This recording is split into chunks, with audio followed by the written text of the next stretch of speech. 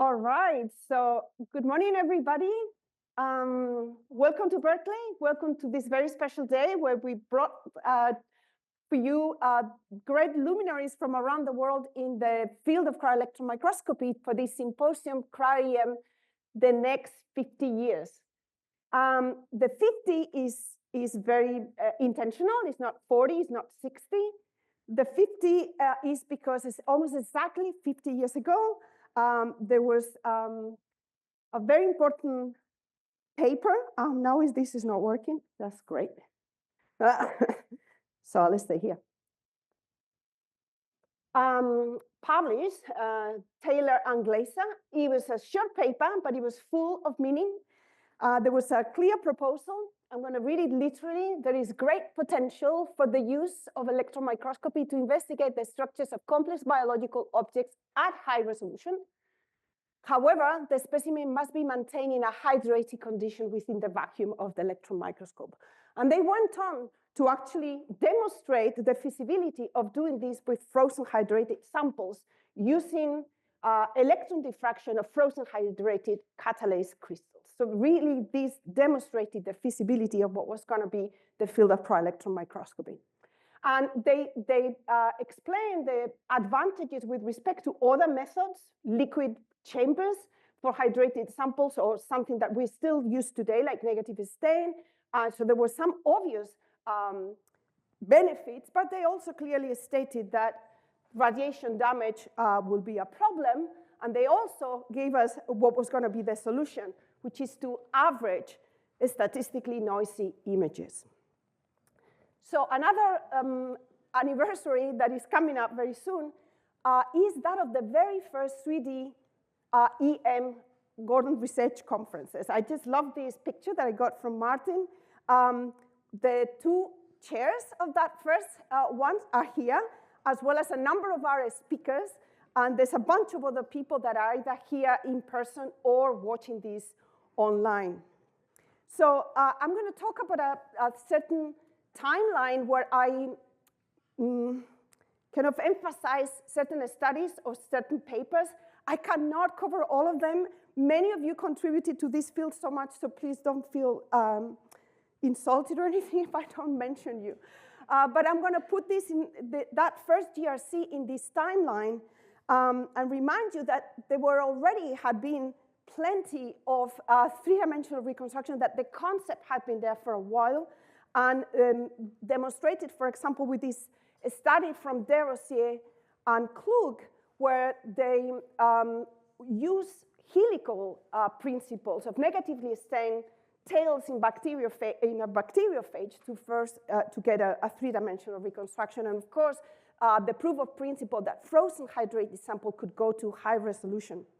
So at the time of just before that Gordon conference, something very important happened. That was the demonstration of a principles for vitrification that actually could be applied very generally in almost any lab and, by Duverger and co-workers. And this really opened the field for sample preparation. Initially on negatively stained samples, but of course later applied to Cryo-EM, were the single particle principles that we use right now. And there were important ab initio methods that have to be developed at the time, like the random conical till, angular reconstitution later on, the principle of projection matching that we really use all the time these days. But at this time, within this regime of time, the main samples that were being studied were samples with high symmetry, where the beautiful helical structures of the acetylcholine receptor in helical in vesicles that where they were in helical arrays, but especially two-dimensional crystals. And 1990 was the year where Henderson and co-workers published the first atomic model of a protein obtained using electrons, that of bacteriorhodopsin. So just to give you an idea of how dominant these fields were, I've chosen another GRC, one that is very special to me. This in 1997, this was chaired by Ron Milligan. And again, the keynote opening speakers of that Gordon conference are here today. So there was a big session on electron crystallography. There was a big section on helical structures. There were a couple of technical sessions with round tables, for example, on CCDs. Forget about direct detectors, CCDs, energy filters. The one on the single particle session was dominated by viruses, okay?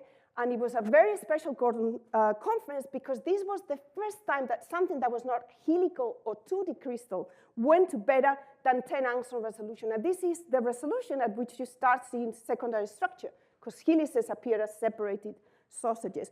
Otherwise, single particles was mostly limited to the study of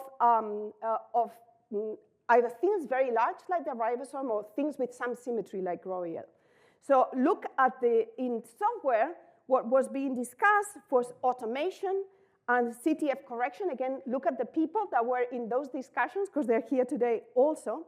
And in alternative technologies and very large structures, there was a fraction of a session dedicated to tomography at the time.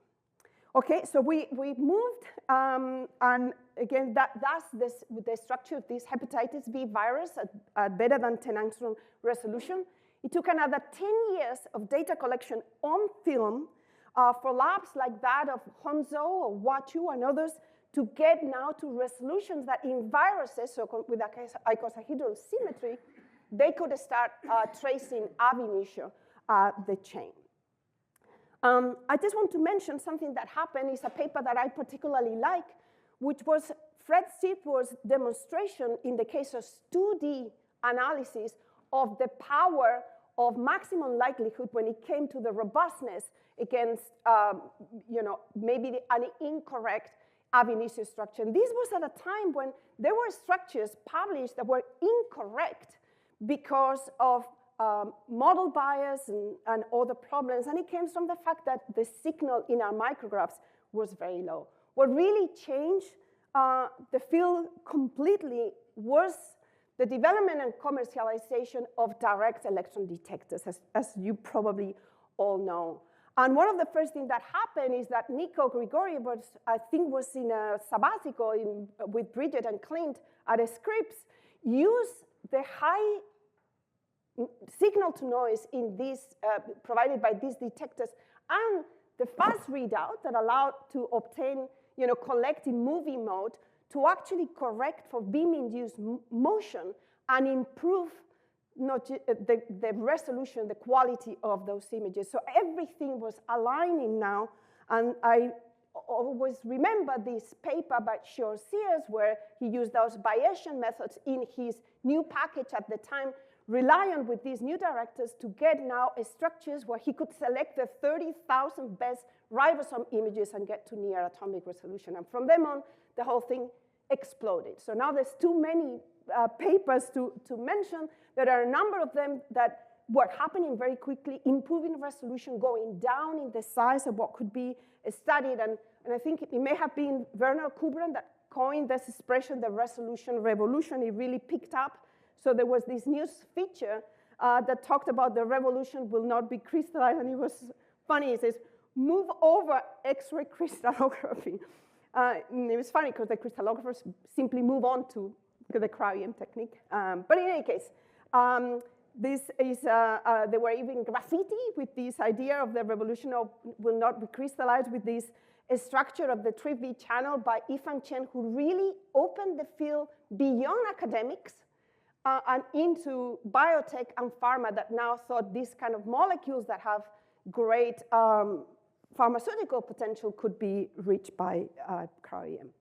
So that article was 2015. I just want you to see the protein data bank, what happened before and what happened since. There's been an exponential growth. There were almost 6,000 Cryo-EM structures published, reported in the PDB last year. And I think it was this beginning of this exponential growth that really told the Nobel Committee that it was time, and the Nobel Prize was given to 3 of the pioneers that established and demonstrated this technique. So you would also know that the Nobel Prize in Chemistry last year went to a structure prediction. And many people wonder what is the role of experimental structural biology these days. So I think we should be making use of AlphaFold and other AI tools for Cryo-EM. I think that this is still a lot of things that can be done to study large dynamic structures, to study regulatory interactions that are very transient in nature. And you're going to be hearing today about about the challenges and the opportunity that we face for the next 50 years. And I think we're all thinking of wanting better hardware, better software, better sample preparation technique, both for in vitro and for in situ studies. And of course, we all have our favorite idea of how we could get the most out of our data to understand molecular function. So I don't know how many of you are at the 3D-EM list, but Alex Noble from time to time sends this list of papers on technology development. The one that he sent this week, about 10 weeks after he sent the last one, blew my mind because I have to keep on scrolling to get to the end of this list of technical papers that are, again, pushing this methodology. So it is the time to dream and to keep working. And the ultimate wish, I have not referred almost at all to tomography and in situ.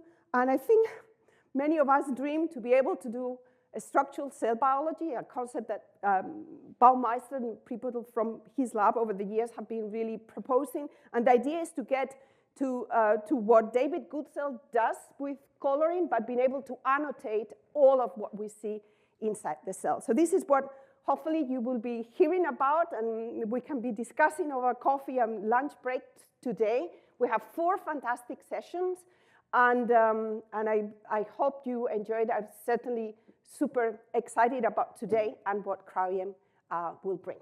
And with that, I will call on the first chair of the first session, and wish that you all had a fantastic day and get inspired. So, Hongwei, please.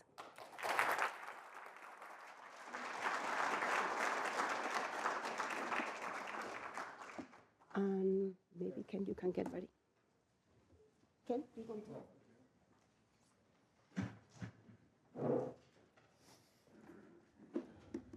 Okay, while Ken is setting up his computer, it's my great pleasure and my highest honor to chair this first session of this morning of this Cryo-EM for the next 50 years. But I noticed that Ken's talk is going to talk about his first half century and then the next half century. Actually, I was born in 1974.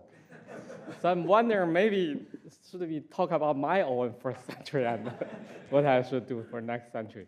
So it's really a privilege to introduce Ken. As I told him, even nowadays, every time when I teach for Cryo-EM lectures, every time I told them about Ken's story when he did his first discovery of this electron diffraction of catalysts under liquid nitrogen temperature.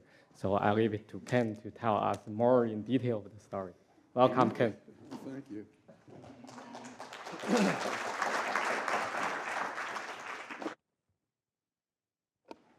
Okay, we good to go? Okay. So I want to thank Wah, Eva, and Holger, and everybody else who was involved in organizing this event. Being chosen as the leadoff hitter is a lot of pressure. I hope I can live up to it. So how did I come to be involved in Cryo-EM?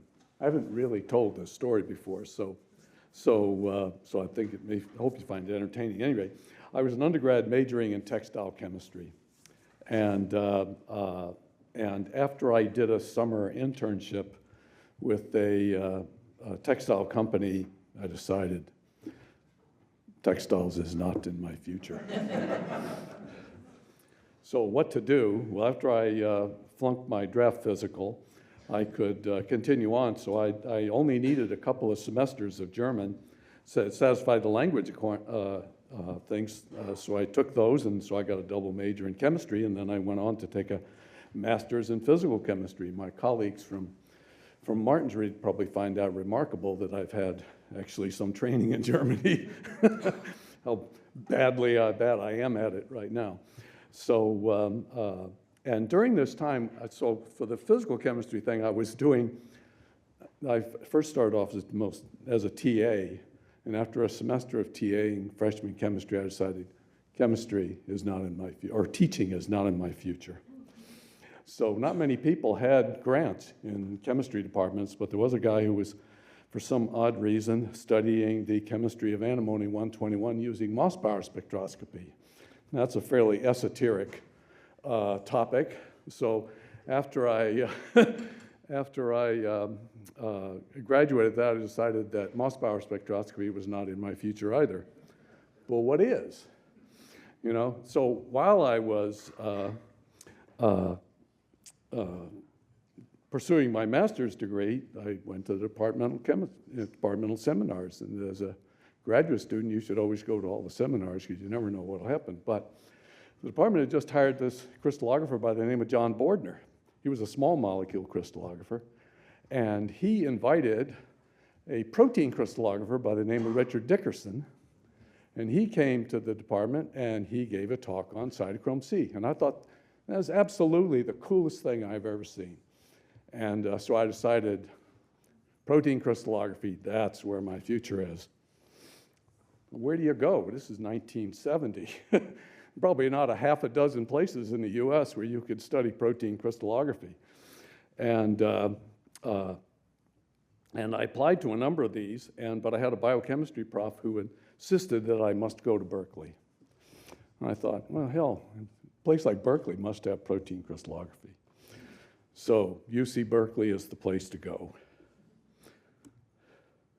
But in 1971, there was no protein crystallography at Berkeley. You know, I probably should have researched this a bit more thoroughly.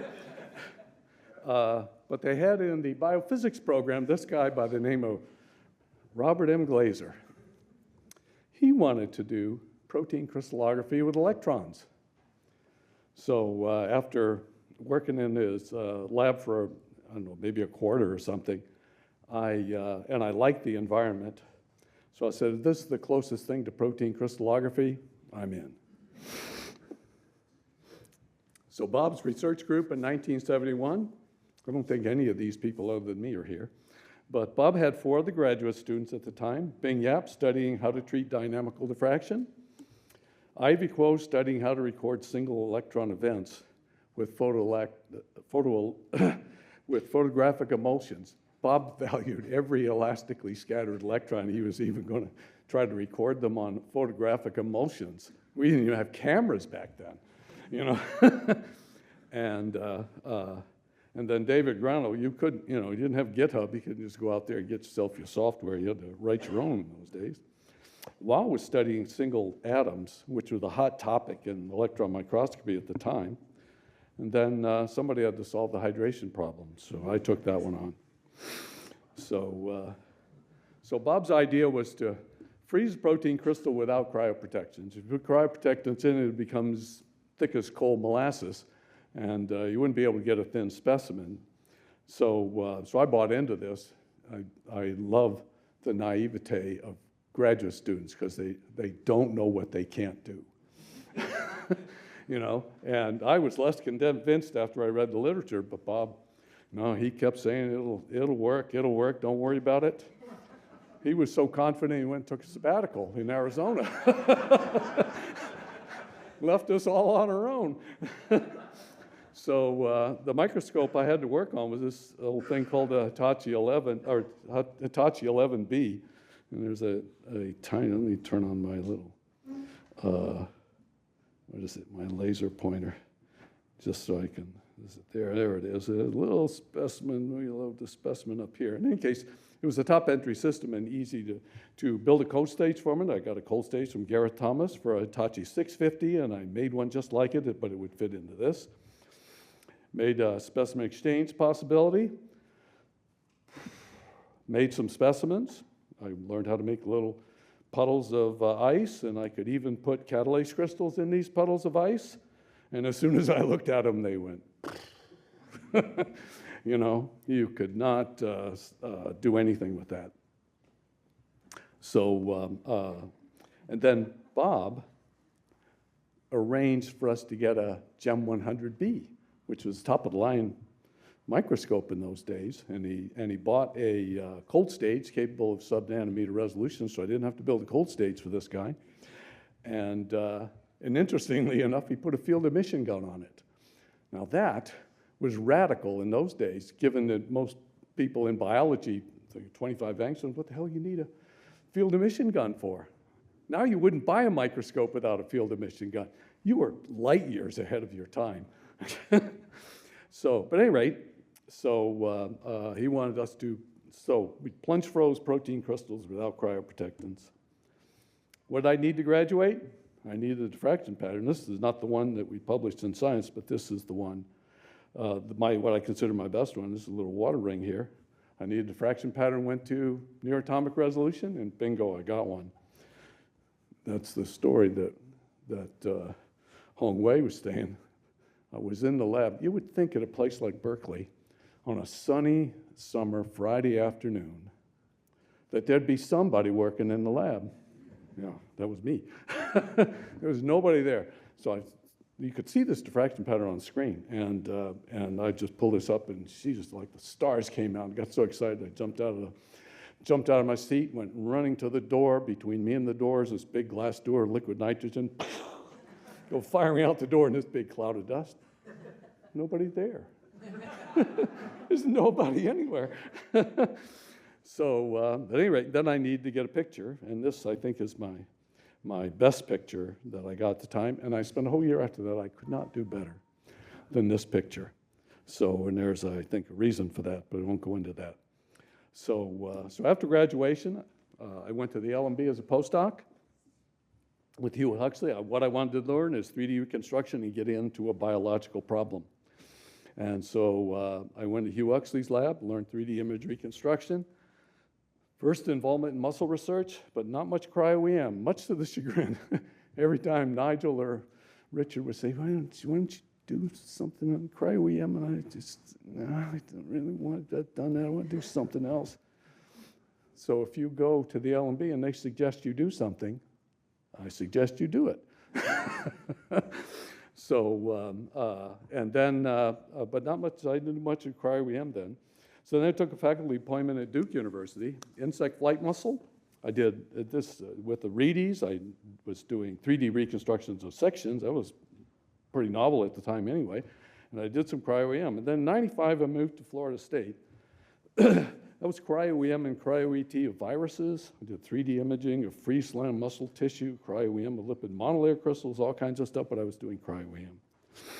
So, and this is just, so this is the highest resolution thing that I got before the resolution revolution. And it's sub-nanometer, but it's not quite secondary structure. The other neat thing that we lived, I've only had one technician in my entire life, and she was an absolute magician when it came to making 2D crystals on lipid monolayers.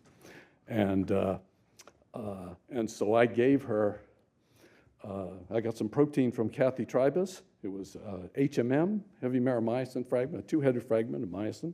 Remember, I mostly work on muscle. And she made crystals of this, and she got a structure. And this structure, which is shown here, we got HMM and then even whole myosin crystals she learned how to do. The structure looked like this. At the time this came out, this was really controversial stuff. And in fact, one guy, one of the giants in the smooth muscle field, wrote this really nasty paper saying this is just total bullshit. And in so many words. And but then Roger Craig showed that literally that this is the inactive conformation of myosin, and literally all myosin too, unless it comes from single cell organisms that are obligatory single cells. They form this complex, and it's a way of turning the molecule off, because otherwise it cleaves ATP all the time. So, so that's the most significant of the 2D protein crystals. The other thing, we did 6 of these. As far as I know, they are the only 6 that have been done in ice. All the other ones were done in negative stain. So, and then the collaboration I had with Mike and Mary Reedy, well, unfortunately, Mary Reedy died, and with her, that technique died, because she was She was the best at what she did. So I gave a technician, Diane Taylor, I said, why don't you see if you can isolate thick filaments from Lithoceras? So she isolates thick filaments from Lithoceras. The only person in the lab who knew how to do cryo-EM was a guy by the name of Zhong Junhu. And she gives his best one, see if you can reconstruct this. See what this looks like. So he takes it, looks at it, stays all night collecting manually a data set, and a couple weeks later he had a reconstruction about 25 angstrom resolution.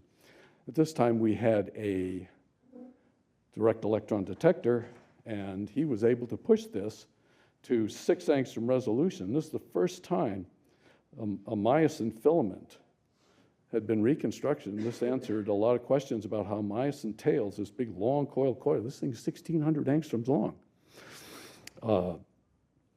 And so anyway, he got this, and then later on we got reconstructions of Drosophila.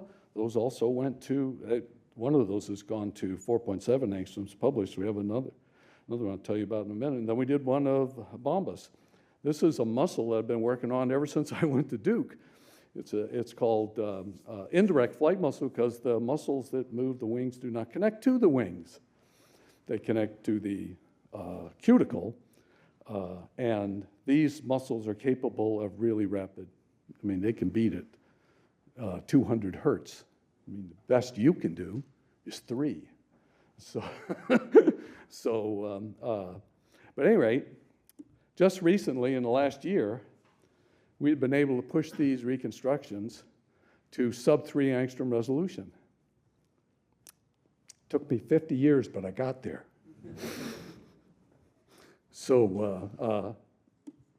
what do I do now? So I could quit, but that's not in my DNA, I think. So how does active muscle go from an extensible, relaxed fiber doing nothing to something that shortens and generates force? Well, that's not really a solved problem per se. The biochemistry is pretty much solved, but actually how the active muscle, how the muscle works, the muscle basically has all states in the ATPase cycle present at all times. They just have different amounts. And when you activate it, you shift the equilibrium and things happen. Well, we need to freeze trap active muscle. So how do we freeze trap an active muscle? But we need to freeze trap it at defined intervals after we stimulate it. Because otherwise we don't really get the answer that we want. We have to be able to measure, be able to say this muscle is actually pulling. So we smash freeze it against the liquid helium-cooled copper mirror. And this is a device, this device was originally designed by John Heuser. And if you look in any cell biology text, you probably will find 20 pictures that John Heuser produced. And the muscle goes down. This is modified by Yale Goldman so that they could measure the tension as it goes down. And you trap this muscle. You get about 3 microns of good freezing, so you don't get a lot of good freezing with this. But 3 microns is 1 myofibril in Lithoceras, and there's a lot of thick filaments and stuff in that. So so we smash freeze, and what do we get? Well, what we get here is a muscle that's actually doing something, but muscle is chaotic because all the proteins, they don't know what anybody else is doing. They just do their thing, and so you get freeze frames of active motion, but it's not sequential. It's kind of like being given a pile of pictures of horses running and saying, okay, show me how horses run. You have to kind of sort them out. It's not that easy. It's what we really want. So we have asynchronous stop motion. What we'd like to do is get something that's more synchronous. Now, we actually did this 3 states several years ago. Freeze slammed, freeze substituted muscle. One of these is isometric contraction. One of these is after you give it a quick release. The other one is after you give it a quick stretch. I challenge you to tell me which is which. In fact, I can't tell you which is which without looking in the paper to see what, but there is a difference that you can get, and it was possible, even with freeze substituted muscle, to separate out different structures. And the student who did this, I'm so happy with her name is Shenping Wu. I sort of gave her this told her, well, you have to line them and classify them. She aligned them on the actin filament, and then she just built classification masks and built them to look at all little areas around the thin filament without alignment. She had already aligned on the thin filament, which is really uniquely oriented. This muscle is the most crystalline muscle in the world. All the muscles that you have in your body are pathetically ordered in comparison. And so she could look, and she put a little mask there and say, is anybody binding to that actin? Is anybody binding to this one? She went through the whole thing, and then you get this. And this is just a small population, but she has different structures there. She has this thing called myosin heads attaching to troponin. It's little orange things. She has these things called mask motifs. This is where the actin part that the actin filament, remember this is crystalline, so there's only a small part that it binds to. Two different regions on the thick filament bind to the same target. We call them mask motifs. They look like harlequin masks. Two-headed myosin's two-headed. Both heads can attach to actin and active muscle. And some are single-headed. And then you can go through and get the distribution of all the strong binding heads and weak binding heads, and we did all this at 6 nanometers resolution. Well, you're going to be hearing more today from a lot of people. You can do a hell of a lot better than that now, you know. But so that's what I think. You know, it's where I want to go with this. And then myosin head arrangements. So this is another example of where I love the naivete of graduate students. I had this graduate student, Liang Chen. He had spent 10 years doing fib milling in material science, and he wanted to do biology. Came, spent 2 years trying to do it in Tallahassee.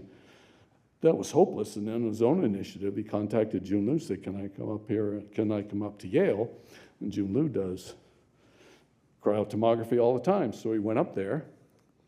We sent him some frozen human muscle and just let him do his thing. He never asked. Now, if he had asked me, is there anything I should add to this to help the heads get ordered? Well, I would have told him, just throw in mavacamten, something like that, but he didn't. So he had this hopelessly chaotic specimen, but he went through alignment and classification. He had gotten these different structures here that have gotten the red. This one here and this one here are sort of conventional, but this one here had never been seen before, and this one here is what is expected because it has additional binding site.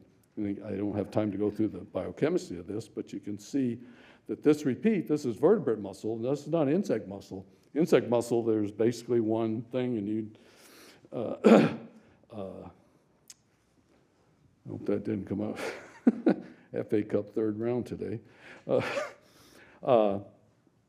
So what he had was, and so his classification, you know, I mean, out of all those, there's 40 of those there, and there's only 4 of them that you can actually identify anything with. So, and these other ones, because, see, if the heads are ordered on the thick filament, they mean one thing. The heads are bound to if they're ordered on the thick filament, that means one thing. If they bind to actin, that means something else. If they don't bind to the thick filament backbone or they don't bind to actin, they're just, you know, looking for some mischief. Okay, so the future. Time-resolved cryo-EM. I've just given you one possibility of how to investigate muscle, but there are hopefully many ways that we can freeze a biological specimen after a stimulus of one kind or another.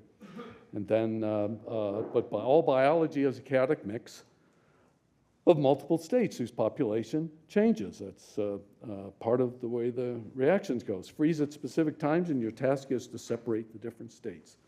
We can do this better now than we could at any time in the past. So there are still, this is where I think the challenge is in the future. And I'm hoping it doesn't take 50 years to get there. So I've been fortunate to have a number of graduate students, postdocs, faculty members, and everything. The ones I italicized, Chen Ping, showed us we can actually look at active muscle. Zongjun got us allowed us to keep this project going. So at any rate, I don't have time to explain what everybody does, but some of these people are no longer with us. All right, and thank you for your time. I'm sorry if I ran over.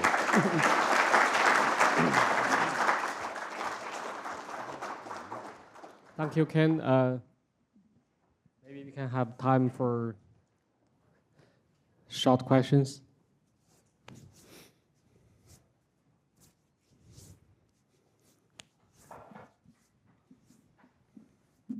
In these native muscles that are hopelessly dynamic and disordered, is this something that could be brute forced in the future? If you got enough images and enough time on the microscope and enough classification power and so on, do you think this is one way to go and to enumerate all these states?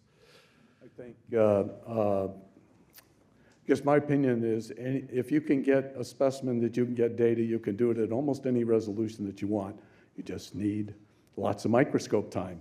It's all in how many, Joachim calls them, realizations you can find. And the classifications, God, is so much more powerful now than it was back when Shenping did that work with, that I showed you about. I mean, it's almost anything that you can, I'm confident that we can classify anything and get good class averages and good resolution if we just make the specimen. So. Okay, for the time, thank you, Ken, again. Thank you. Thank you. Our next speaker would be Richard Henderson. While he's setting up the computer again, I don't think I need to introduce Richard. But I also want to tell a little bit story. While I was doing my graduate study, I was doing 2D crystal, and we need a software at that time in 1990s, and I was looking for a MRC package, and at that time I can only send an email to Richard, and I was only a graduate student in China, and sending an email to Richard Henderson, and he replied me in the next day saying that, oh, you can download this package through this kind of FTP server, and I started to download it. It takes a long time, almost 2 days, to download the package, and then that's where I started to learn how to use MRC and learn how to do a fortune coding of image processing. And thank you, Richard, for the help, and I still learn a lot from Richard, and he's going to tell us just a little bit of his very fascinating work of the Rosenthal plot on the critical evaluation of cryo image. Thank you, Richard. Thank you so much, Hongwei. Yeah. And thanks to all the organizers, especially Bob, for having the foresight to organize this meeting that's focused on the future as well as a little bit on the past. So I thought I should pick a topic that's fairly well defined. So I've decided to focus on this, sorry, go back to this. Peter Rosenthal was a postdoc after he'd been an undergraduate at Harvard doing X-ray crystallography. He came to LMB in Cambridge to learn about Cryo-EM in the days when we were still aspiring to do better. You know, the resolution wasn't so good, but in one of his papers that he published in 2003, he developed this plot. So this talk's mainly focused on that, how it was then, how it's developed, and how it looks like with current technology that's been deposited in a database. But like Eva said, I thought I should start by showing this slide, which is the growth. And I think Eva's number, she's done it slightly more up to date. It comes out every Wednesday. So this was done before. So I think she had a few hundred more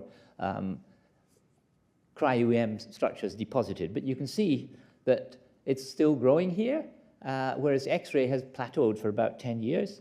And then if you look at the growth in terms of the proportion in the field that comes from Cryo-EM versus X-ray, you can see we were at 200 times as many 20 years ago, and then we had the new detector that came in, and it was going with exponential growth, but recently it's slowed down a bit. So this crossover, where you have an equal number of structures done by X-ray and by Cryo-EM, hasn't quite happened yet. It sort of jiggles up and down, but we now think it's going to be probably the middle of next year before this crosses over. So this is, you know, nearly there.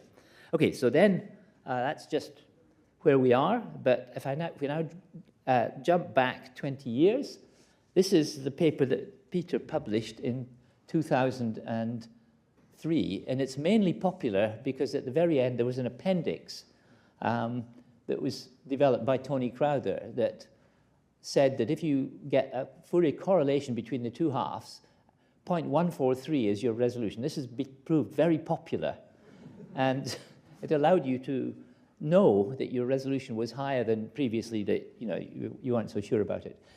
But in this paper, it had a lot of things in it. It was mainly about using tilt pairs. These are images of pyruvate dehydrogenase with a 10-degree difference in tilt. This is a particle, this is its tilted image.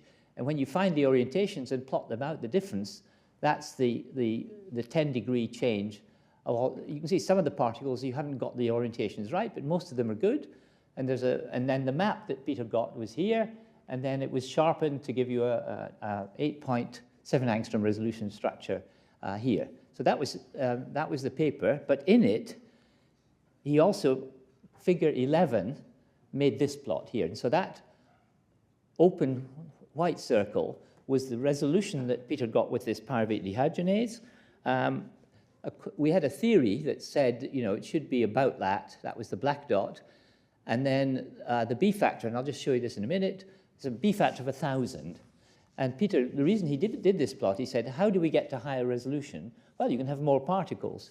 But it turns out if you go from, it was 3,600 icosahedral particles, even if you go up to hundreds of millions, you don't get very much. So we decided this is a bad idea.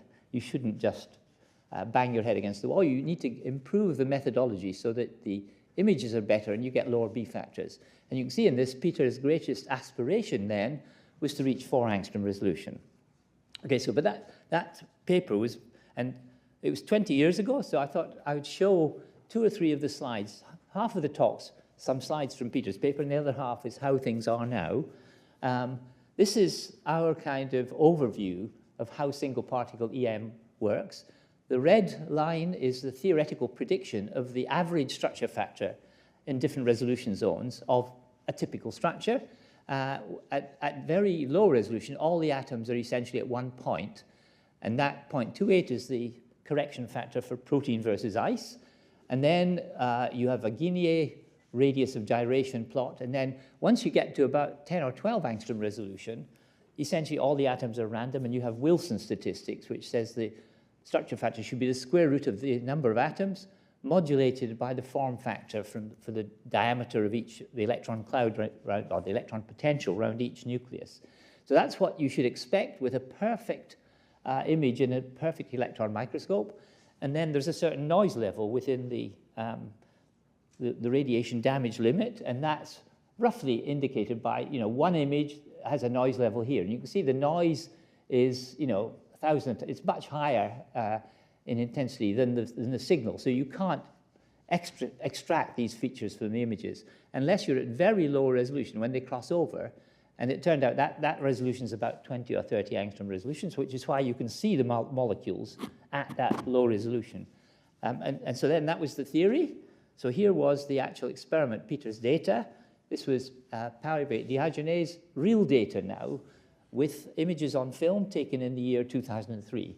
And you can see it's sort of the same. It's high here, it fades, and then it goes down, and then the noise level with the number of particles is here. So roughly speaking, you get to this 8.9 angstroms. And we had this formula for removing from that power spectrum against resolution so that you could get rid of this is the noise, and then this is the predicted signal that's extracted from the noise. And then Peter sharpened it with this B factor of 1,000, and you get that dashed line. And then he had a model derived from a homologous structure, not icosahedral, but of a similar enzyme.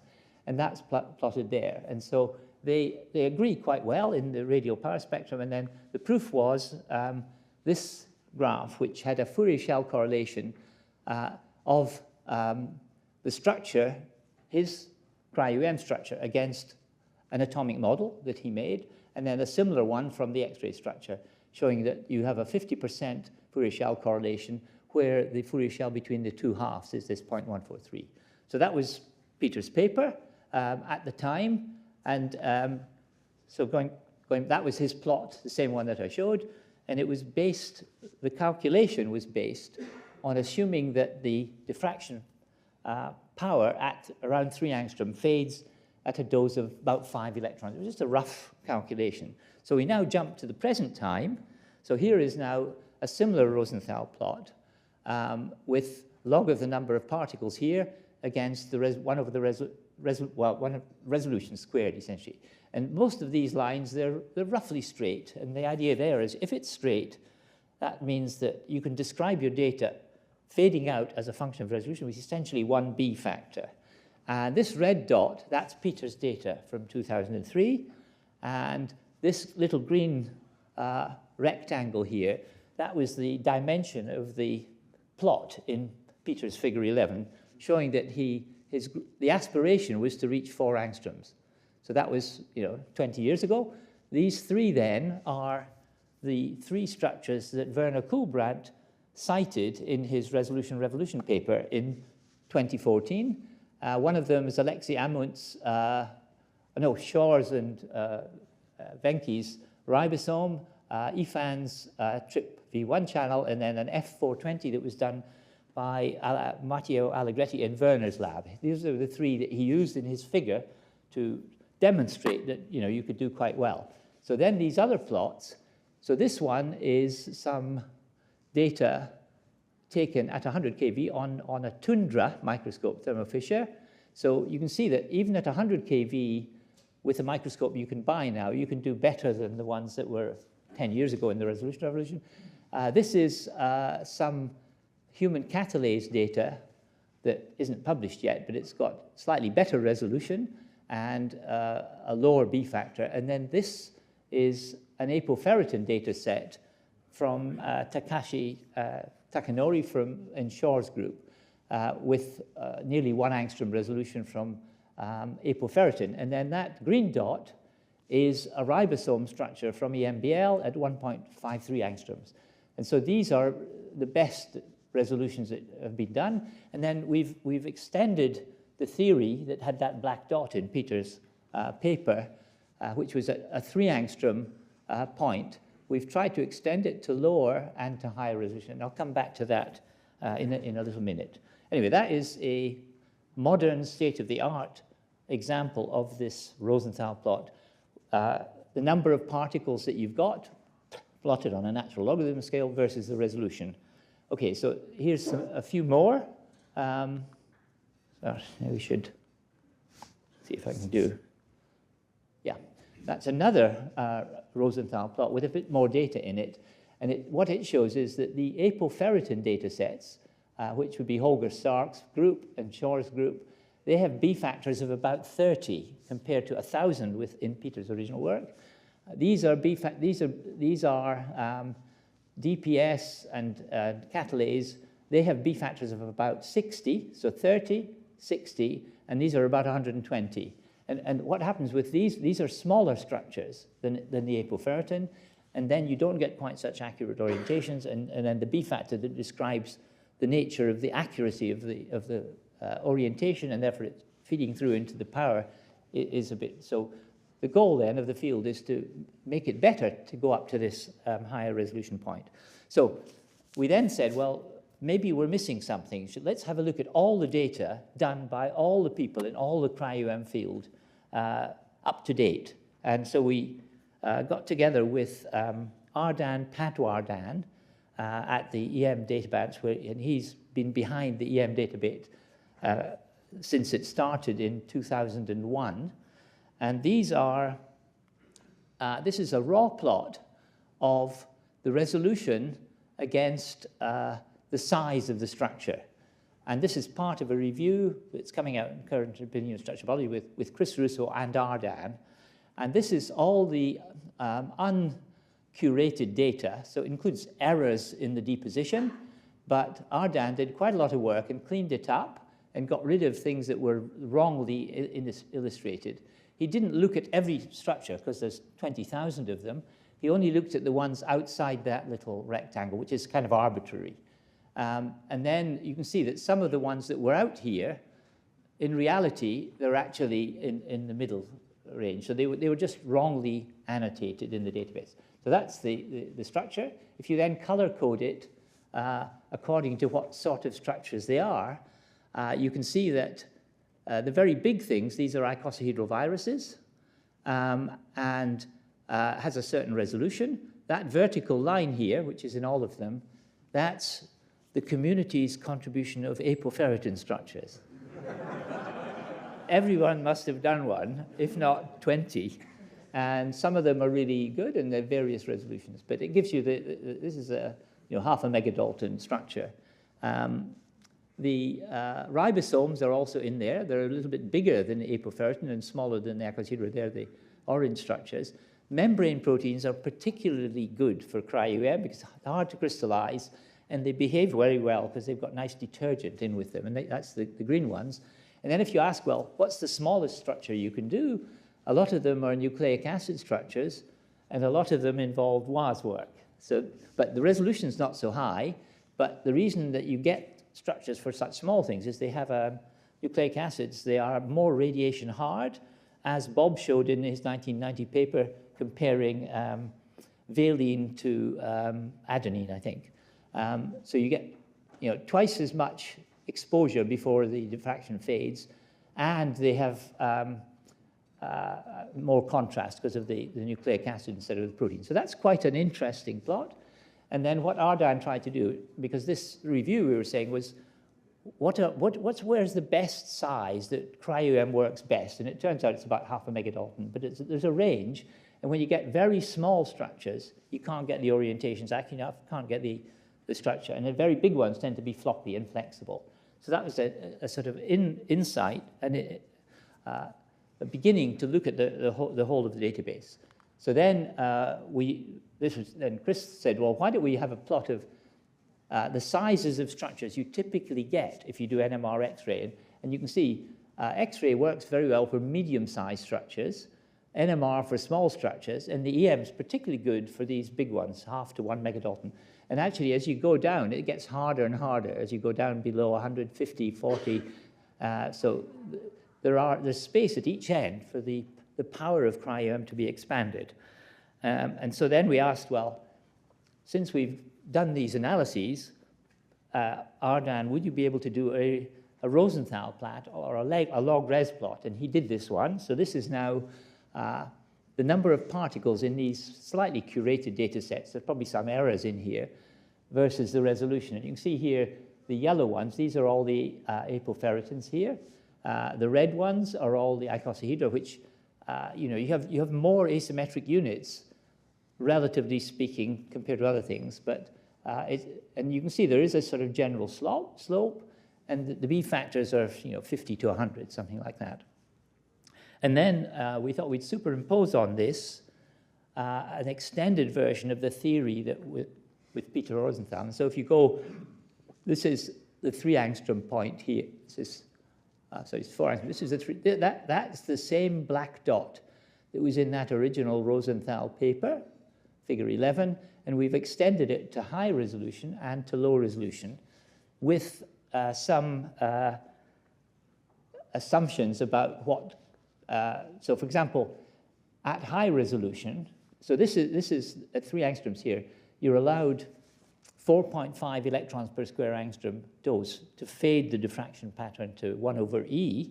But at higher resolution, if you go to 1 angstrom, those 4 or 5 electrons per, it's completely dead by then. You're only allowed about half an electron per square angstrom before you kill the 1 angstrom Fourier components. Whereas at lower resolution, you can give it a higher dose. And so this graph, this curve here goes down and down, and you reach you only need 1 particle to reach 20 angstrom resolution. And that's what you get with, so tomography without averaging is here. If you want to have 1 angstrom, you need a lot more particles. So that's, an interesting comparison of what the community of Cryo-EM is doing at this moment compared to what, perhaps, if everything was perfect, phase plates, lower liquid temperatures and so on, better detectors, you might be able to do. And there is about a factor of, you look between here, the closest points here. Oh, let me go to the next. So this is also the same plot, but it's now color-coded by the date of deposition. So these blue ones are essentially old data from the prehistory time of Cryo-EM, and then the red ones are sort of more modern data. And of course, there's a sequence, there are red ones under this as well. So, and then here are these are the highest resolution ones that are in the last few years or soon after that. And then we've also replotted it here so that you can see more of the symbols and find out what they are. And we put circles around here. What are the best structures relative to, in terms of resolution and number of particles? And of course, these are the high resolution apoferritin structures. These are the ribosome structures from EMBL. And then these are also ribosome structures that have been 3D classified, and I think they come from Joachim's work. So basically, it's ribosomes and apoferritin that are the winners in terms of information for the same amount of effort in terms of structures. But it is the task of the field for the next few years to try and get the real data up to agree with the theory. And that would be lower electron energy, lower temperature, phase plates, CC correctors, and so on. Two last slides then. One is these are the, I've gone back one. These are the assumptions that went into that theoretical curve, and it's only rough and readily done. It obviously needs to be done properly and published, but it includes the pi-d over d formula for the number of views you need from David's and Tony's work, 55 years ago. It includes estimate of the number, the one that I gave. So originally we did this 12,000 particles. Bob had a review in 1999 with Rose criterion saying this was much too pessimistic and it would be much better if you did it correctly, and he got 14. And then Peter took a similar view and said that instead of this 3 sigma criteria to give your structure factor above the noise, you only needed to have 0.6 sigma. And so Peter thought you would only need 600 particles. And now this NE is a little bit worse, so we think maybe 700. And then the value of NE at different resolutions, because of the radiation damage at high resolution, it fades quicker.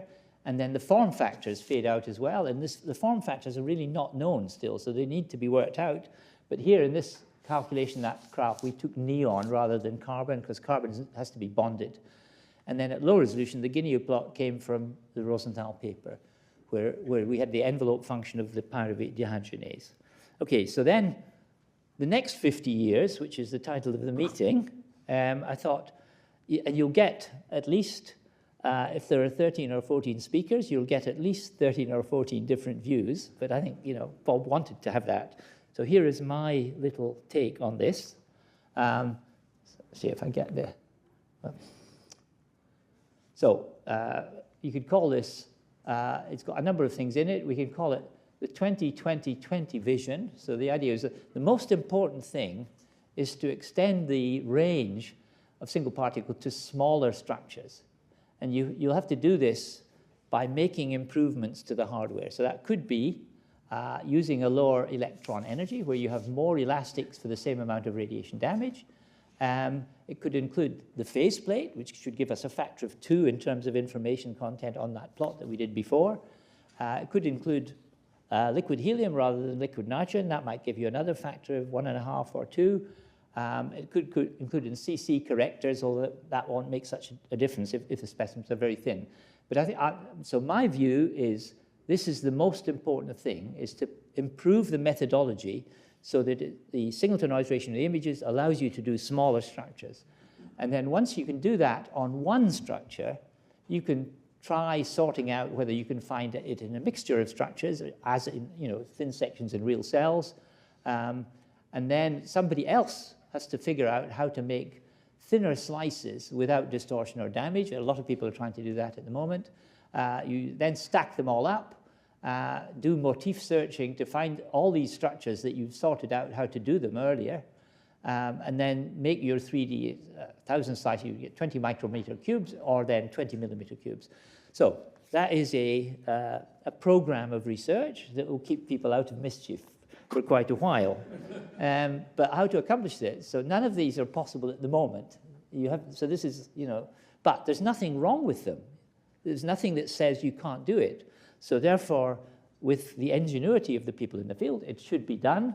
No fundamental physics reasons, but it may take a while. So, this is the younger generation may need to start on that. Okay, so the last then is, so what I've shown you is mostly either from Peter's paper in 2003 or some statistics and plots that Ardan has made very recently and that Chris and I have been working. And we showed one structure of catalase that's not published yet, and hopefully we're planning to use that, which Hugh and Daria, who are postdocs in the lab, and Xiaoxia Chen, who runs the facility, have been involved with.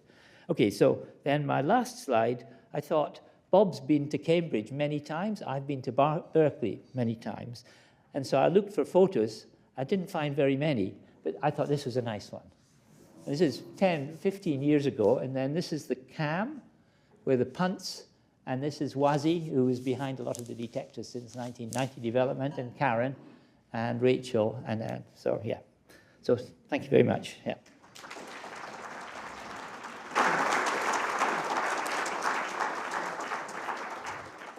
Thank you, Richard. I'm thinking about another 20, maybe we should all keep our mind and the curiosity the same age as the 20s.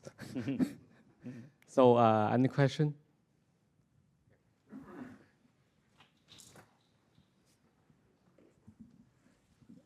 Would the disorder within each of the particles play a role in this, and how do you think that might factor into the future, perhaps? Yeah, so it is right. The more disorder, so the blurring of the structures that you derive by Cryo-EM will be determined not only by the physics and how accurate your orientation is, but also disorder. But one of the things about disorder, and we'll hear this in Joachim's talk, if you have a mixture of states or there's disorder where things are flopping around, you can overcome that just by force of numbers, by brute force, by more images. And so I think one of the things that will happen is that the automation, which is already very powerful, people now, they used to collect, for example, one of the, in 1997, there was a structure of the hepatitis B core from NIH, from Hongwei. 1 micrograph gave them a 9 angstrom structure. But now you go down to your microscope and you'll find that there'll be a young student and they say, I'm hoping to get 30,000 images by tomorrow morning at 8 a.m. So you can use that power of the automation to overcome a lot of the disorder problems. So I think, that's not a fundamental limit. It's just something that you can finesse into it alongside all the other developments. Richard, so yeah, sorry. This was fantastic. I think that there will be some statistics that will be very interesting, that maybe not interesting maybe to you or people that are more into the physics and the limits of what the imaging can do from the EM point of the electron microscope point of view. But it's the fact that the number of particles that you're referring to is the number that went into the final reconstruction that is published. And the thing that obsesses me a little bit is that many papers, if you read the details, have thrown away a huge amount of data. And I think there will be a nice correlation between the things that do the best in terms of reconstruction and how much less data is thrown away, because it's something related to what was being said about the robustness of the biological molecule itself. And I just think that I hope that there's an emphasis here on what could be gained if we really understood the nature of what we've thrown away. If we could reduce what is thrown because it's been damaged and what is thrown because there are rare states that probably are functionally very interesting, is what I was referring as to how can we go to saying that there are some multiple conformational states to describing the true, equilibrium thermodynamics.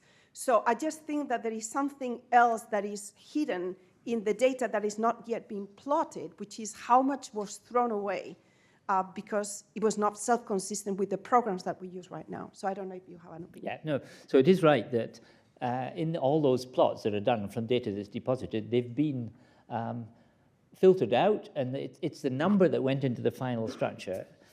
But there are data sets that people have calculated where they've thrown away almost no particles. So it is, if you can prepare a specimen by an appropriate method so that your particles do not get damaged, you will get this. But there are structures where people are throwing away 99% of it, and they're using that 1%. So something happened to those. But when you ask people, could they investigate what went wrong with the 99% of the particles that are thrown away, they feel unmotivated to follow that path. But there are also structures, some of which we've tried to work on. You cannot get even a single particle. It behaves beautifully on gel filtration. You cannot get a single particle properly ordered on the grid. So there are still, air-water interface, other specimen preparations. And that's a whole area that's probably more important. Well, the technical developments are important because they'll make everything easier, but there's also specimen preparation. So in the end, once all these microscopes and all the hardware and software is sorted, it'll all come down to specimen preparation. I think a lot of people know that already, and they're focusing on that. So there are quite a lot of new ideas about how to make specimens. I mean, we think one of the reasons membrane proteins have been working so well is they've got detergent in there. And for non-membrane proteins, it's often a very good idea to add a little bit of detergent. You don't even notice. It just makes it give you a much better spread of particles. So, yeah. Okay. If there's time for one more, Richard? All right. The next 50 years, there'll be a lot of averaging of subtomograms and things that come from the in situ context. And it would be nice, in my view, to have a curve like yours that's adapted for this. You mentioned in passing, near the origin, you have a point which represents what you would get from a single tomogram. Yeah. But that's only true if it's in a vitreous ice with a 0.28 contrast factor. And then the answer will vary also depending on the density of the cell. Clammy is more sparse than and different sub. Yeah, you won't get that if it's in a crowded environment, right? Because the noise level will go up at that low resolution. So it won't be just a flat number. Wilson statistic, the noise will go up as well, and then it'll be harder to find. Yes, and so my encouragement is we need curves like this for clammy, for the nucleus, for this and that, yeah. With the numbers tweaked to reflect what we should expect from the field in the next 50 years. Yeah. That's good. I agree. Yeah. Okay. Thank you. Thank you, Richard, again. Thank you.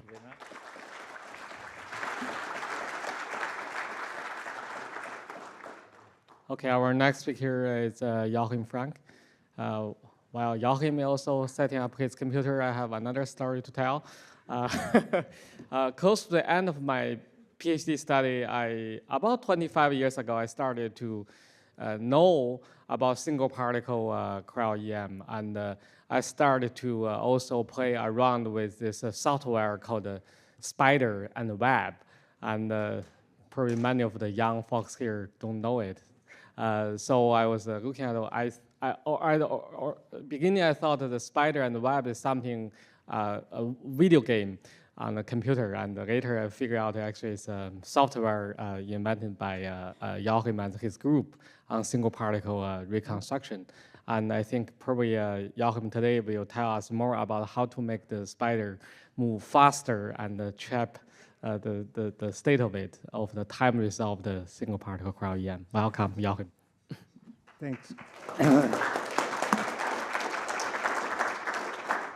Thanks very much, Hongwei, and thanks for the organizers. It's fantastic to be here again.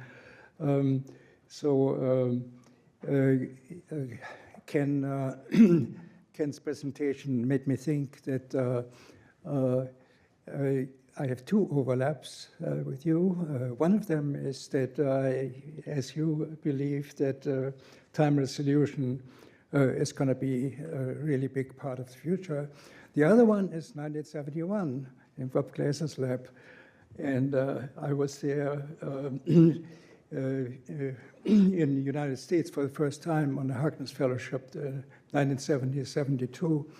And then after some stop at the JPL, I was with Bob, and I have to say, it immersed me in the really, really important business of the day, and obviously it's been with us up until today, namely low dose frozen hydrated preparation.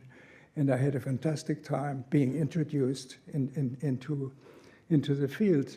And one thing that happened was that I capsized with Ivy Coe on the bay. So it was my baptism into the field in a way. So I decided to talk about actual new results because that was sort of, I got very excited in the last couple of weeks when I fully realized the research that had just been done by Joachim Frank, one of my postdocs. So time-resolved Cryo-EM, we got into this early on in 2009 while I was still in the Wadsworth Center, and the idea is, whoops, where's the button here?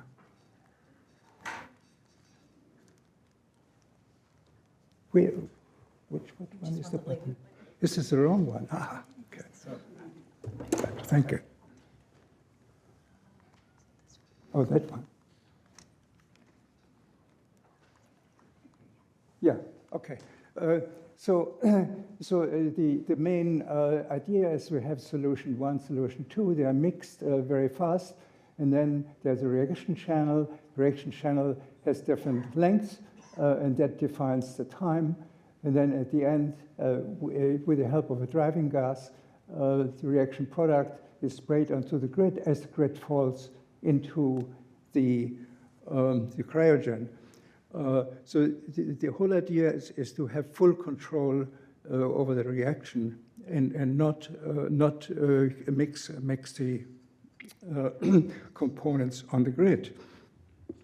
And that's the main difference to the method that had been introduced by Nigel Unwin and John Berryman in 1994.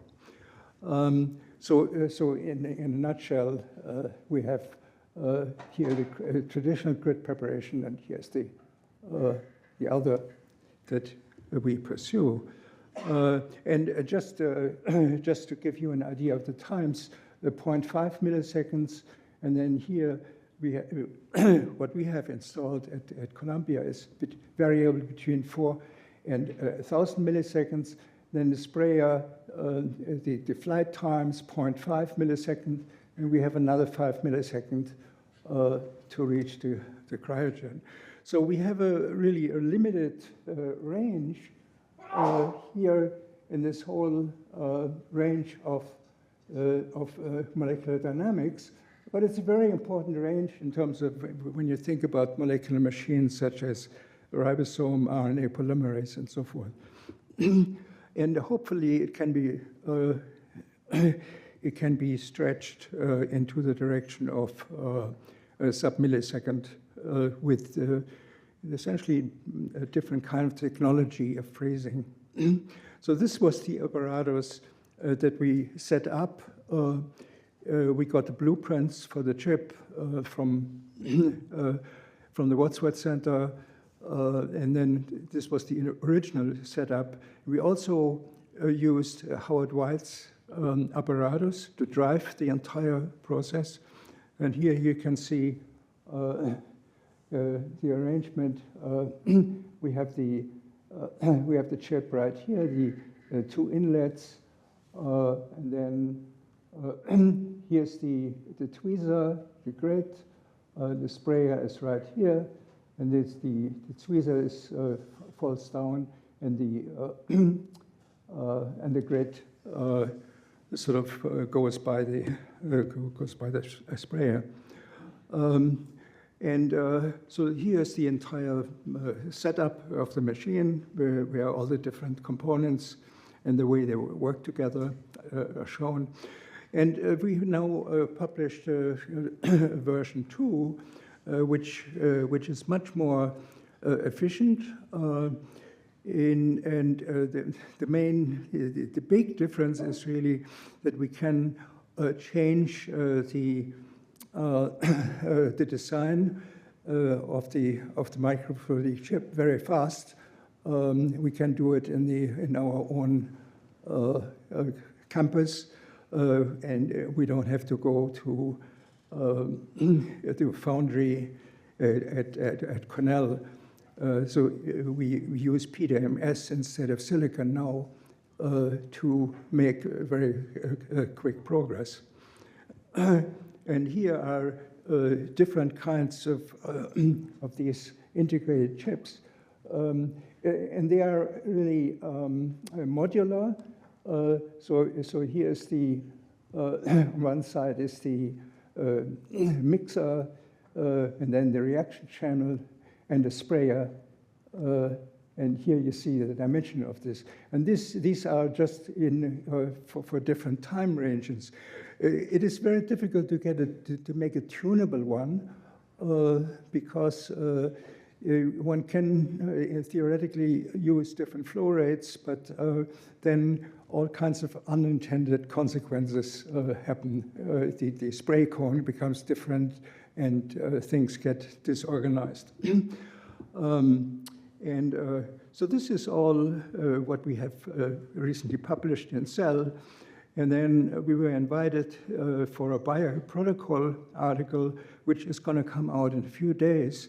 And that invited us to go through every single step of the entire production process when making a chip.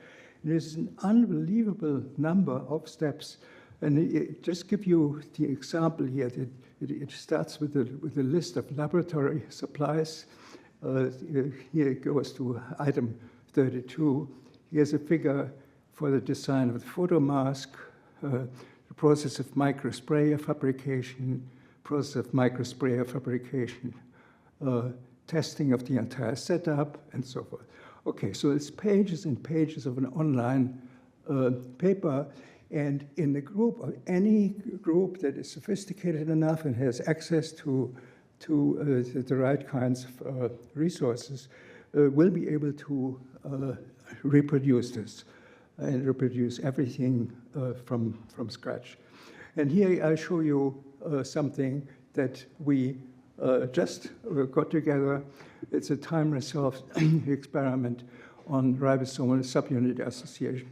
Ribosomal subunit association, of course, occurs all the time during the process of initiation. But for the purpose of looking at this, we just force the association using an elevated magnesium concentration. This is 12 millimolar magnesium, which is probably 3 times as much as in physiological case. But then we get a reproducible association into a form that is actually functional. Okay, so we have chips for 4 times points, 10, 20, 40, 120. And then control experiment, manually mixed solution with 2 subunits, incubated for 30 milliseconds. Now, to give you an idea, the ribosomes are associated by a number of intersubunit bridges. They're 12 in number, but they are sub.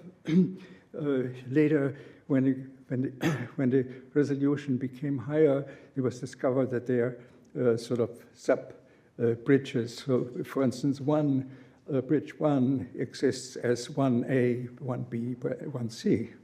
because of the higher resolution. So all these bridges have to be formed in exactly the way that the ribosome is going to be used later on. And we have two time-resolved studies. One is that was done at 9 and 43 milliseconds.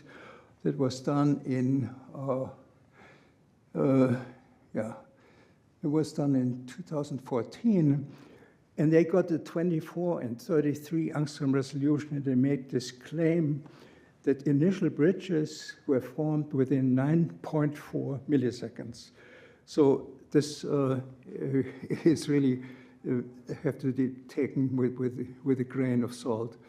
And the next study, this was already at Columbia.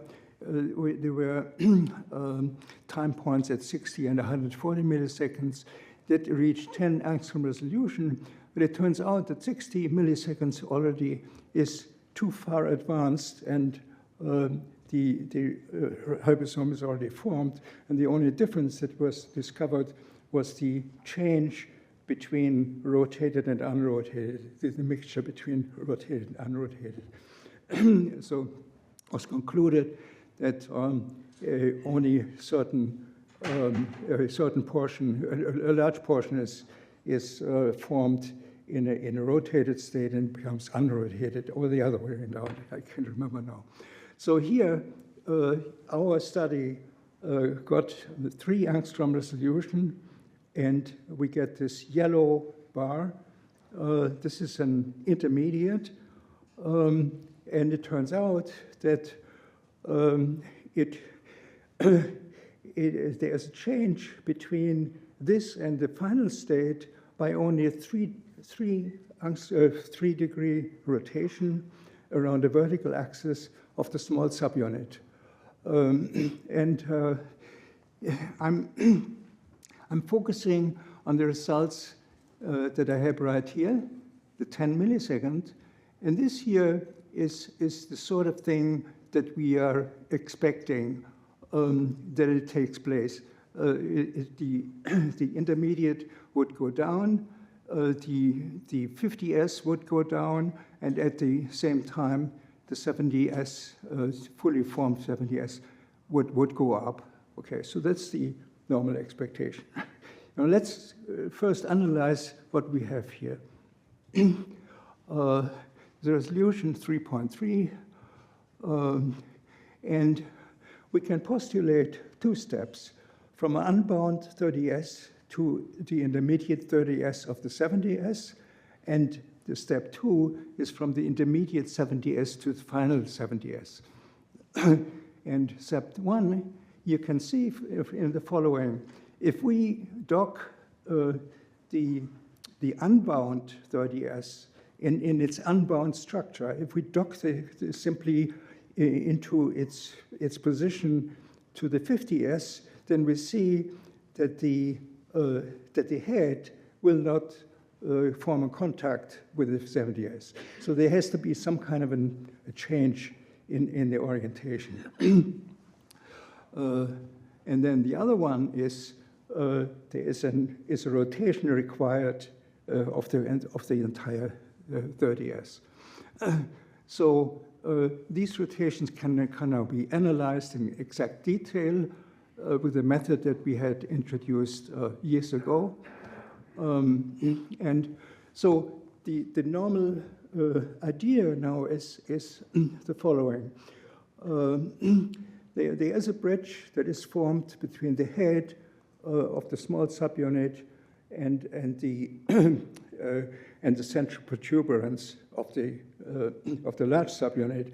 And that bridge is the only bridge that involves an entire protein stretching from one to the other subunit.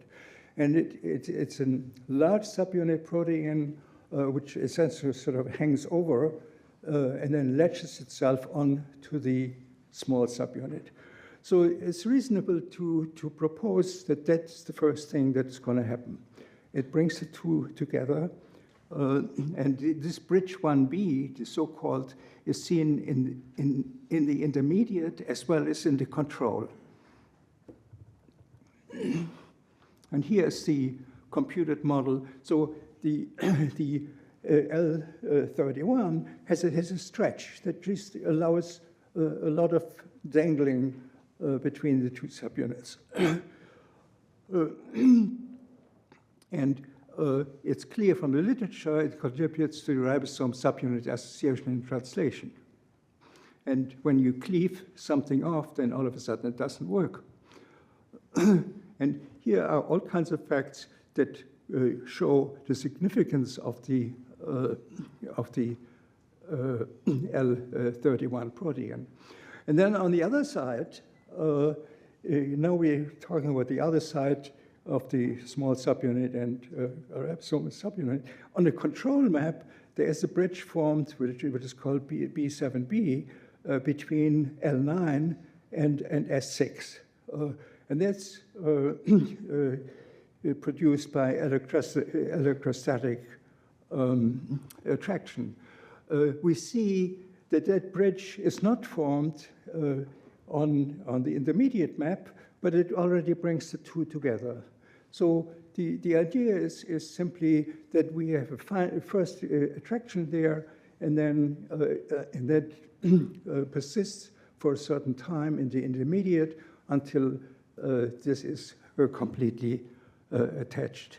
And here's the interaction in the control map, and the interaction in the intermediate map, which confirms that we have this electrostatic attraction. And then from the literature, we also know the significance of UL9 in the subunit association.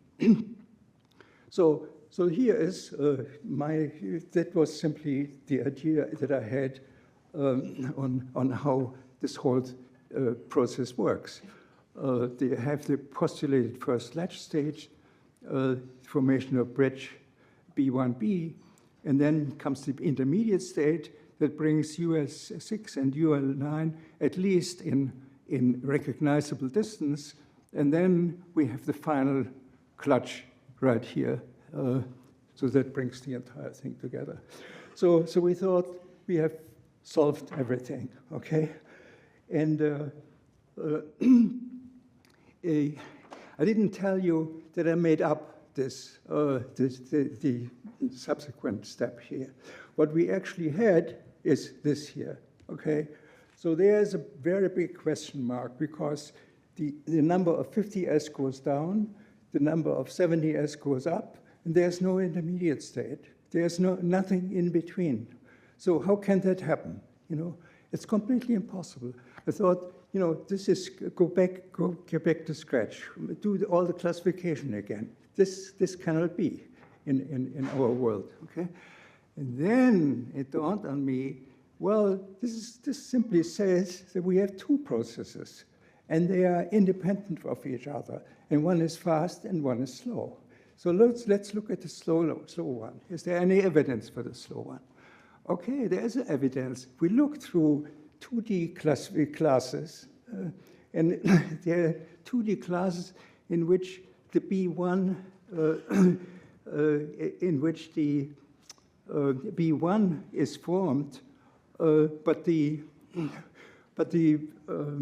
subunit dangles off. It is not in the final position, which is right here. Final position is right here. Here this dangles off, and there is some suggestion that it dangles off in different directions. But that's the only trace that we see. We see masses of 50s. 50s sometimes has some kind of washed up mass next to it. We cannot be sure that everything that is classified as 70s was actually the real 70s. So we are left with this idea now that there are actually two processes, and one of them is a slow one, and the slow one is the one that we initially thought was the one explaining this intermediate state. The slow one would be the slow one is has the B1b formed immediately, and then the 30s swings around, both swing around at any position, and then we get a position in which the small summit is already pretty close, but it is not quite attached. And then finally, we got this state. Now, in the fast state, we have now to reinterpret. And the fast state apparently is the one that is formed by an actual immediate recognition, cross-recognition of several bridges across 30s and 70s, and that brings the small subunit in a position where the B1b has not been formed yet, and another rotation is required. And then this is formed, and this apparently produces this intermediate state that we have seen. And we need the other rotation of the 30s, which is facilitated by UL9 ULS attraction. And then we get to this fully formed state. So this was hilarious. I mean, we were convinced that we had the exact solution, and then everything fell apart. And this is the only way how we can make sense of the data. So we have, and essentially I already explained it. I don't have to go through these steps again, because so we can now postulate a step to step mechanism. And of course, the lack of evidence in the second step really means that we have to redo experiment with a much larger data set so that we can get hold of very conclusive evidence. And so the future, I agree with Ken, future includes time-resolved techniques, increasing focus on dynamics, and there's a need for rapid commercialization. And in my opinion, time-resolved Cryo-EM should be part of every structural biology lab.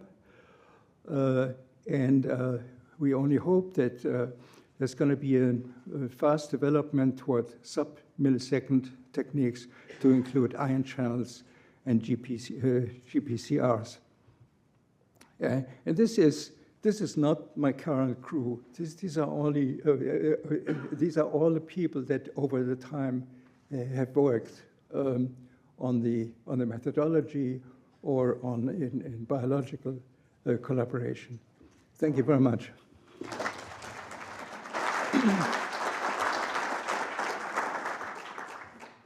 Thank you, Joachim. Maybe I got a chance to ask the first question. Do you think you can also now make multiple channels, more than just 2 channels, to make the time-resolved reaction more complicated in the future? Multiple channels, more than 2, like 3 or 4. Yeah, we're thinking about having some kind of a tunable setups. It might be possible with some magnetic devices, and I don't know about the technology.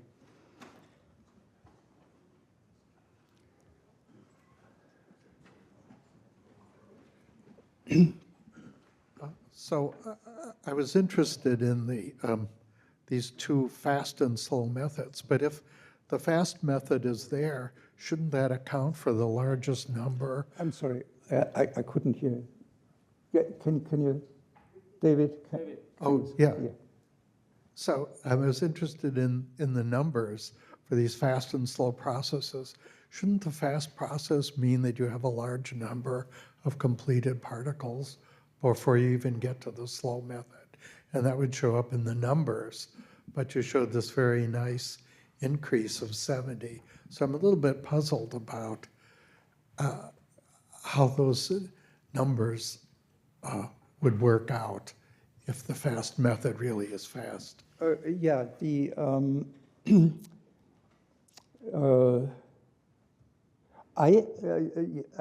maybe you're thinking about the fake plot that I took away in the end, because the real plot has one very high bar for the intermediate, and the next the next time point at 20 has a tiny one. So it's really one spike, and there's nothing else. That's it. Yeah. It's fascinating to see that the time resolve. It's fascinating. My question is that if one want to go beyond, like say, millisecond or short, faster than millisecond, what would be the challenge? Because then the freezing cooling rate would also be a limiting factor, right? So that go beyond the. So I just wonder what are your thoughts there? Oh, the technology? Yeah, one cannot do the plunging anymore.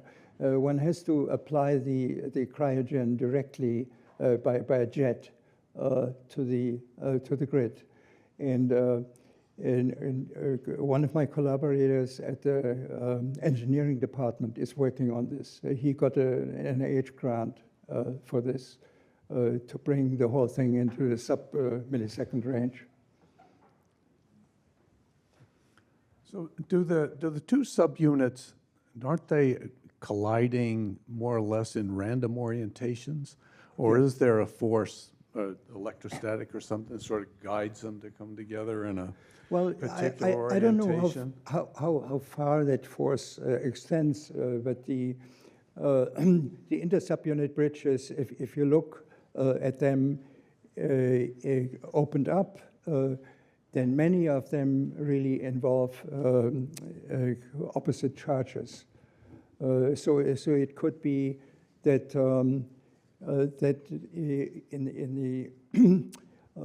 in such a medium, in equilibrium, you get many chances for them to actually match each other.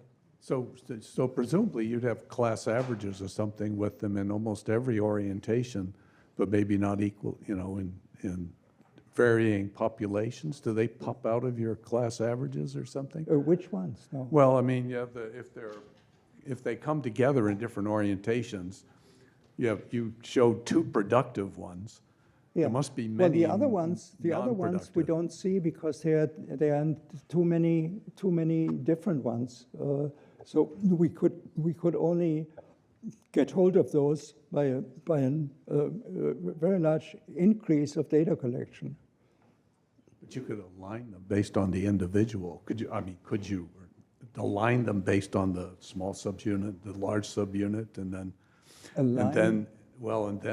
then put them back together again depending on their orientations? But we're not creating data. We actually image data. I know it's there. I'm just saying how to dissect out the. Yeah. Okay. Yeah. One could fish them out by some kind of template matching. That's what you think. Yeah. Yeah. Maybe that would be possible. Mm-hmm. I believe there's many questions. If you have a very, very short question. Quite very quick question. So time resolve resolution is very important. You can catch the intermediate stage structure. But intermediate stage structure is very short time, very low population. But you use a homogeneous selection, the single particle average, you need a high population. So do you think that's a controversial to get an intermediate stage, which is a small population particle, but not be selected by a single particle philosophy? I'm sorry, I couldn't understand the gist of the question. I suggest you can discuss during the coffee break. Right. Yeah, for the sake of the time, guys, thank you, thank Joachim again. Thank you. Thank you.